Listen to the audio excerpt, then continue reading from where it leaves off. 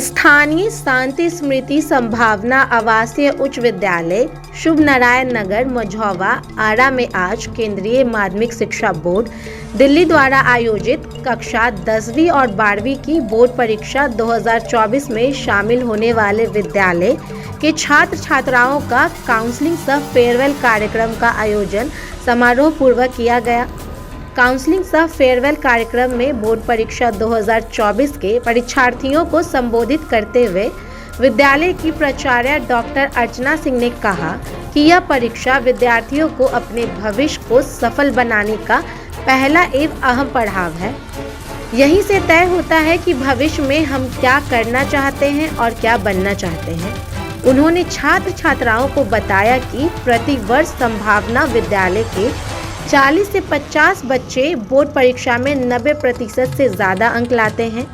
उन्होंने कहा कि हमारे विद्यार्थी विद्यालय की परंपराओं का निर्वहन करते हुए अपने लक्ष्य के प्रति गंभीर होकर इस पड़ाव को सफलतापूर्वक पार करेंगे तथा विद्यालय के गौरव को और आगे बढ़ाएंगे। उन्होंने परीक्षार्थियों को बोर्ड परीक्षा से संबंधित कई अहम सुझाव दिए तथा सभी परीक्षार्थियों को उनके भावी जीवन के लिए शुभकामनाएं भी दी। इस अवसर पर कार्यक्रम की अध्यक्षता करते हुए शिक्षाविद सह विद्यालय के निदेशक डॉक्टर कुमार द्विजेंद्र ने बोर्ड परीक्षा 2024 में शामिल होने वाले सभी छात्र छात्राओं को परीक्षा की तैयारी के लिए तथा परीक्षा में अच्छे अंक प्राप्त करने के लिए कई महत्वपूर्ण टिप्स दिया। उन्होंने छात्र छात्राओं को समय प्रबंधन के साथ पाठ्यक्रम के अनुसार पढ़ाई करने की भी सलाह दी। उन्होंने कहा कि परीक्षा प्रारंभ होने में बहुत ही कम समय बचा हुआ है। ऐसे में छात्र छात्राओं को एनसीईआरटी की पाठ्य पुस्तकों से सभी विषय का रिवीजन करना चाहिए।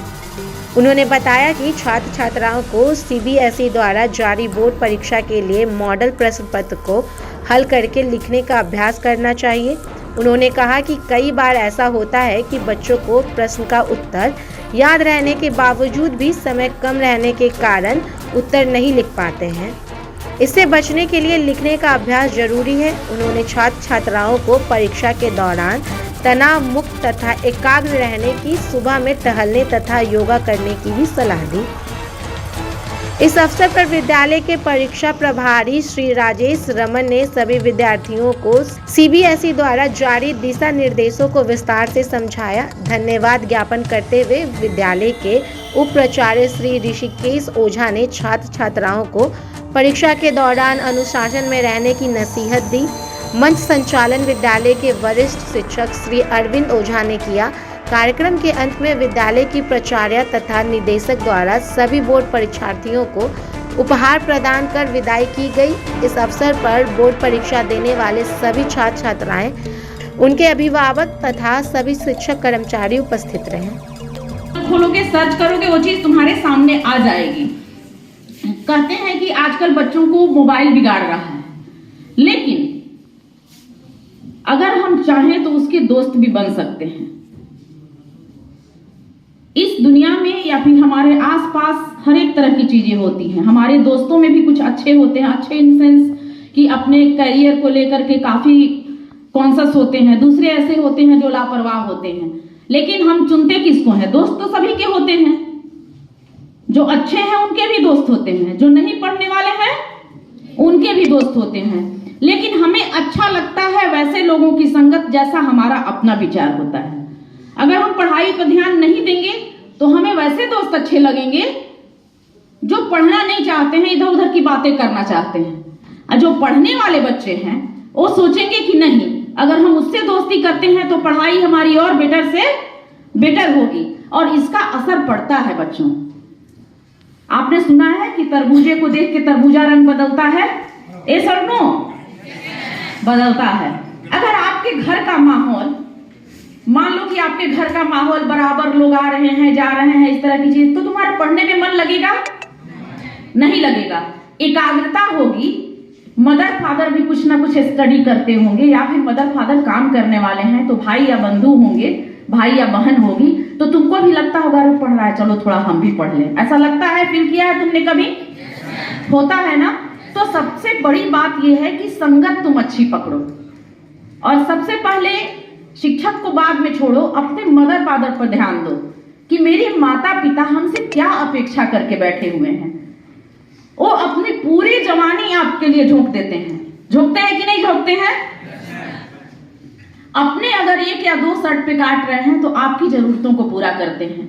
क्यों पूरा करते हैं? कि हमारे बच्चे के लाइफ में किसी चीज की कमी नहीं आए, या फिर हमने जिन कमियों को झेला है हमारे बच्चे उन कमियों को ना झेलें, उनकी परवरिश अच्छे ढंग से हो। तो आपका भी कर्तव्य अपने माता पिता के प्रति बनता है कि नहीं बनता है? बिल्कुल बनता है। एक चीज ये देखी जाती है क्या भाई, तो ज्यादा प्रेशर पड़ रहा है तो हम डिप्रेशन में आ गए हैं। एक डिप्रेशन कौन सा भूत है भाई, है क्या? यह डिप्रेशन जैसी कोई चीज नहीं होती है बच्चों, इसको अपने दिमाग से एकदम निकाल दो। डिप्रेशन आ गया तो हम सुसाइड करना चाह रहे हैं। आपने पीछे घूमकर देखा है कि तुमको इतना बड़ा करने में तुम्हारे माँ बाप कितना सेक्रीफाई किए हैं। कभी भी अगर गलत स्टेप उठाने से पहले अपने आप फादर और मदर को देखोगे, ऐसा तुम कभी नहीं सोचोगे। पूरी जवानी लगा देता है एक माता पिता आपको 15 से 18 साल तक बड़ा करने में, और आप एक क्षण में, युवा एक क्षण में अपनी जिंदगी को समाप्त कर लेता है। कितनी दुखद बात है। इसका मतलब कहीं ना कहीं स्वार्थ से आप भरे हुए हो। सिर्फ आप अपने लिए सोच रहे हो, अपने माँ बाप के लिए, अपने परिवार के लिए आप नहीं सोच रहे हो। पूरी शिद्दत के साथ माता पिता आपको बड़ा करता है इसलिए कि शायद मैं बूढ़ा हो जाऊं तो हमारा बच्चा हमारा सहारा बनेगा। ये एक अच्छे बच्चे का या बच्ची का कर्तव्य बनता है कि माँ बाप का केयर करे। हालांकि आधुनिक युग में ये चीजें बहुत छोटी पड़ती जा रही हैं, लेकिन हमारा विद्यालय संस्कारों के लिए जाना जाता है। हम बच्चों को शिक्षा तो देते ही हैं, लेकिन पहले संस्कार देते हैं। आपसे कोई गलती ना हो। अब सबसे पहला है, आपको मैं बता रहा हूं परीक्षा की तैयारी से संबंधित चीजों को। अब परीक्षा होने में कितने दिन बाकी हैं? मुश्किल से 15 दिन या 20 दिन। पहला पेपर 19 तारीख को है ना? नहीं, संस्कृत शायद 19 को है, उसके बाद 21 को हिंदी है। और 12th वालों का पहला पेपर किस दिन है? 22 को। तो बहुत कम समय रह गया है। अब इस कम समय में हम क्या करें कि हमारी तैयारी अच्छी हो? सबसे बड़ा सवाल यही है ना। तो अभी जैसे CBSE के साइट पर आप जाएंगे तो वहां सैंपल पेपर दिया हुआ है, बहुत सारा सैंपल पेपर दिया हुआ है। आप उसको डाउनलोड करें और घड़ी रख लें। घड़ी रख के सामने 3 घंटे में उसको बनाने का प्रयास करें। इससे क्या होगा कि आपका एक तो रिवीजन हो जाएगा, और दूसरा क्या होगा, आपको लिखने का भी अभ्यास होगा।